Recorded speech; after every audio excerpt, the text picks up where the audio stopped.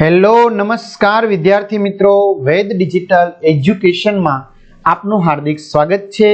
આજે આપણે ધોરણ 12 વિષય અર્થશાસ્ત્રના 8મું એટલે કે 8 તારીખે ઓગસ્ટના રોજ લેવાયેલી એકમ કસોટી છે એના પ્રશ્ન બેંકનું આપણે સોલ્યુશન જોવાના છીએ। તો ખાસ વિદ્યાર્થી મિત્રો ચેનલમાં નવા હોય તો ચેનલ સબસ્ક્રાઇબ કરી બાજુમાં બેલ આઇકનને પ્રેસ કરો જેથી અવનવા વિડીયોની માહિતી મળી શકે। વિડીયો લાઈક કરો, તમારા મિત્રો દોસ્તોને શેર કરો અને 12મા ધોરણના વિદ્યાર્થી સામાન્ય પ્રવાહ એટલે કે આર્ટ્સ હોય કે પછી કોમર્સ હોય, બરાબર, તો એવા વિદ્યાર્થી મિત્રો માટે ખાસ સૂચન છે કે ભાઈ આ પ્રશ્ન બેંક છે એ ગાંધીનગરથી નીકળે છે અને આપણું જે બોર્ડની પરીક્ષા છે, બરાબર, એ પેપર પણ ગાંધીનગરથી જ નીકળે છે। તો આ પ્રશ્ન બેંક મૂલ્યાંકન 2024 છે, વિષય અર્થશાસ્ત્ર। કોઈને 2023 ની જોતી હોય તો પણ મળશે। ક્યાંથી મળશે હું આગળ જણાવું। હવે તમારા શિક્ષક વિભાગ એમાં 5 પ્રશ્નો, બી માં 5 પ્રશ્નો, સી માં 2, ડી માં 2, ઈ માં 1, આમ કુલ 15 પ્રશ્નો 25 ગુણ રીતે પૂછશે, બરાબર। તો ચાલો વિદ્યાર્થી મિત્રો આપણે એનું સરસ મજાનું શું જોઈ લઈએ, સોલ્યુશન। તો વિભાગ એ ની આપણે વાત કરીએ તો વિભાગ એ શું પૂછે છે? હેતુલક્ષી પ્રશ્નો। 4 વિકલ્પમાંથી કોઈ પણ એક વિકલ્પ આપો। ઘઉં આપીને કાપડ મેળવવાની આર્થિક વ્યવસ્થા કયા નામે ઓળખાતી? સાટા પ્રથા। નીચેનામાંથી નાણાંના કયા વિકલ્પમાં વિનિમય મૂલ્યનો સૌથી સારી રીતે સંગ્રહ થઈ શકે છે? સિક્કા। નીચેનામાંથી નાણાંનું સૌથી અગત્યનું કાર્ય કયું છે? મિનિમમના માધ્યમ તરીકેનું કાર્ય।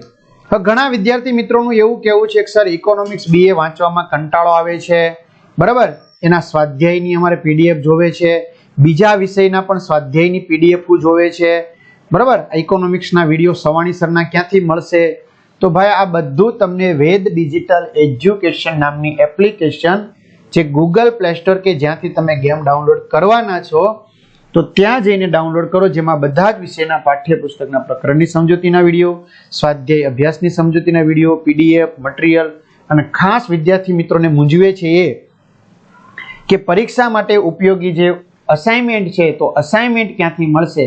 તો આ અસાઇનમેન્ટ, એની પીડીએફો, પરીક્ષાના પેપરો, એકમ કસોટીના પેપરો, વિડીયો, બરાબર, તો આપણે વેદ ડિજિટલ એજ્યુકેશન નામની એપ્લિકેશન ગૂગલ પ્લે સ્ટોર કે ગેમ ડાઉનલોડ કરો, ત્યાં જઈને ડાઉનલોડ કરો, ઓપન કરશો આ પેજ ખુલે, એમાં મોબાઈલ નંબર નાખો, સેન્ડ ઓટીપી કરો, 4 આંકડાનો ઓટીપી નાખશો એટલે પેડ કોર્સમાં જુદા જુદા પેડ પ્લાન, એક્ઝામ પેપરમાં પેપરો, 3 થી 12 માં 3 થી 12 ધોરણના વિડીયો મળશે। ક્લિયર? તો પેડ કોર્સમાં તમારે 12મા ધોરણમાં જઈને તમારે જરૂરી વસ્તુ મેળવી શકશો, ઇકો બીએ નું મટીરીયલ ને બધું। નાણું કોનો તુલનાત્મક અભ્યાસ સરળ બનાવે છે? તો મૂલ્ય। ફુગાવામાં અર્થતંત્રના કયા ક્ષેત્રમાં ભાવ વધે છે? તો એની અંદર આવશે બધા જ, સેવા, કૃષિ, ઉદ્યોગ। સતત અને સર્વગ્રાહી ભાવ વધારાની સ્થિતિમાં નાણાંના મૂલ્ય પર શી અસર પડે છે? તો ઘટે છે। ફુગાવાની સાચી સ્થિતિ અર્થતંત્રમાં સાધનોની પૂર્ણ રોજગારી બાદ ભાવ વધે ત્યારે સર્જાય છે, આવું કયા અર્થશાસ્ત્રી માને છે? તો કેન્સ। સરકારે કાયદા દ્વારા વધતા ભાવોને અટકાવ્યા હોય તો તેવો ભાવ વધારો કયા પ્રકારનો ફુગાવો છે? તો દાબેલો ફુગાવો। માંગમાં વૃદ્ધિ થવાને કારણે થતા ભાવ વધારાને કેવો ફુગાવો કહે છે? તો માંગ પ્રેરિત। ફુગાવાના મુખ્ય કારણ કેટલા છે? 2। ફુગાવો એ કેવી ઘટના છે? તો ફુગાવો એ નાણાકીય ઘટના છે। ભારતમાં જરૂરી પેટ્રોલિયમ પેદાશના કેટલા ટકા પુરવઠો આયાત દ્વારા પૂરો પાડવામાં આવે છે? 70%। સંસ્કૃત ભાષા પ્રમાણે બેંક શબ્દનો અર્થ શું થાય? મૂડીનો જથ્થો। બેંક શબ્દને નીચેનામાંથી કોની સાથે સંબંધ છે? નાણાંના ભંડોળ સાથે શું છે? સંબંધ છે। વિશ્વમાં સૌપ્રથમ બેંક કયા વર્ષમાં સ્થપાઈ હતી? તો 1401માં। વિશ્વની સૌપ્રથમ બેંક કયા દેશમાં સ્થપાઈ હતી? તો સ્પેન। સામાન્ય રીતે બેંકો કેટલા પ્રકારની હોય છે? તો વિદ્યાર્થી મિત્રો 2 પ્રકારની હોય છે, અહીંયા ભૂલ થયેલી છે, બરાબર, 2 પ્રકારની હોય છે। કયા પ્રકારની થાપણો પર બેંક સૌથી વધુ વ્યાજ ચૂકવે છે? મુદ્દત થાપણો। શાક સર્જનનું કાર્ય કોણ કરે છે? વ્યાપારી બેંક। ધારો કે પ્રાથમિક થાપણ 5000 અને રોકડ અનામતનું પ્રમાણ 10% હોય તો અંતે કેટલા નાણાંનું સર્જન થશે? 25000। ત્યાર પછી વિભાગ બી, એક વાક્યમાં જવાબ લખો। વસ્તુ વિનિમય પ્રથાનો અર્થ આપો।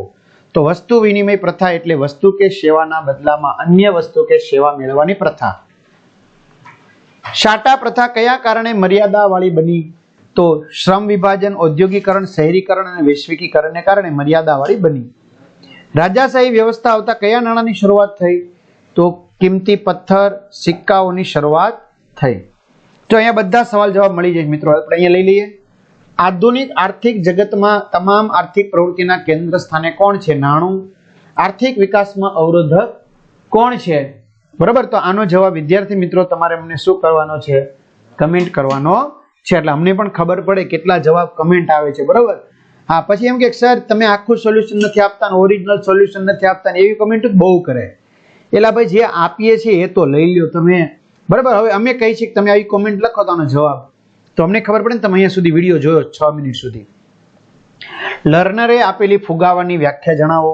તો વસ્તુના પુરવઠા કરતાં તેની માંગ વધારે પ્રમાણમાં થાય તે સ્થિતિને ફુગાવો કહે છે. પીગુએ આપેલી ફુગાવાની વ્યાખ્યાઓ જણાવો. પ્રોફેસર પીગુના મતે વાસ્તવિક આવક કરતાં નાણાકીય આવક ઝડપથી વધે તેને ફુગાવો કહે છે. પૂર્ણ રોજગારી પછી નાણાકીય આવક વધે તો શું સર્જાય? ફુગાવો. માંગ પ્રેરિત ફુગાવો કોને કહેવાય? જો અર્થતંત્રમાં પુરવઠાની તુલનામાં ઝડપથી વધતી જતી માંગને કારણ ફુગાવો થયો હોય તો તેને માંગ પ્રેરિત ફુગાવો કહેવામાં આવે છે. ખર્ચ પ્રેરિત ફુગાવો કોને કહેવાય? ખર્ચમાં વધારો થવાથી જે ફુગાવો સર્જાય તેને ખર્ચ પ્રેરિત. બેંકનો અર્થ આપો. માંગવામાં આવે એટલે નાણાં પરત કરવાની શરતે ધિરાણ કરવાના હેતુથી બચત એકત્રિત કરતી સંસ્થા એટલે બેંક.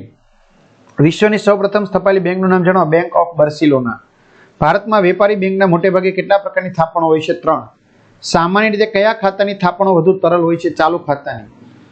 વેપારી બેંકના ટૂંકા ગાળા માટેના ધિરાણનો સમયગાળો જણાવો. 1 વર્ષ. વેપારી બેંકના લાંબા ગાળા માટેના ધિરાણનો સમયગાળો જણાવો. 5 થી 15 વર્ષ. એટીએમનું પૂરું નામ આપો. Automated teller machine. શાક સર્જનનું સૂત્ર આપો. પ્રાથમિક થાપણ મૂડી 1/માં રોકડ અનામતનું પ્રમાણ. વેપારી બેંકની શાક સર્જનની પ્રવૃત્તિ વધે ત્યારે નાણાં પુરવઠા પર કેવી અસર વધે? પુરવઠો વધે. અને કોરનું પૂરું નામ આપો. Centralised online real time exchange. બરાબર. આગળ તો 20 થઈ ગયા મિત્રો. આવી ગયું કોરનું પૂરું નામ. સી વિભાગમાંથી તમારા સર 2 કોઈ પણ સવાલ પૂછશે. બરાબર. અને ડી માંથી પણ તમને કોઈ પણ 2 પૂછશે. તો તમારે સી, ડી અને ઈ ના આમાંથી કોઈ પણ એક. બરાબર. તો આમાંથી તમારે મોટા જવાબ જોતા હોય તો તમને આ પેડ કોર્સમાં તમને ઇકોનોમિક્સની જે મટીરિયલ છે એમાંથી તમને મળી જશે. બરાબર. અને આ પીડીએફ જોતી હોય પ્રશ્ન બેંક 2023 અને 24, તો આ બંને પ્રશ્ન બેંક તમને એક્ઝામ પેપરમાં મોડેલ પેપર તરીકે 23 અને રિયલમાં 24 ની મળી જશે. તો તમારા મિત્રો દોસ્તોને જાણ કરો. ચેનલમાં નવા ચેનલ સબસ્ક્રાઇબ કરો. જેને પરીક્ષા બાકી છે ને 25 માંથી 25 ગુણ પ્રાપ્ત થઈ શુભકામનાઓ. અને સારામાં સારા માર્ક્સ લાવી અને તમે દર વખતે આપણે આ સોલ્યુશન મેળવી લો. સૌપ્રથમ એટલા માટે સબસ્ક્રાઇબ કરી દો, કમેન્ટ કરો. અહીંયા સુધી રાખીએ. અસ્તુ. જય હિન્દ, જય ભારત.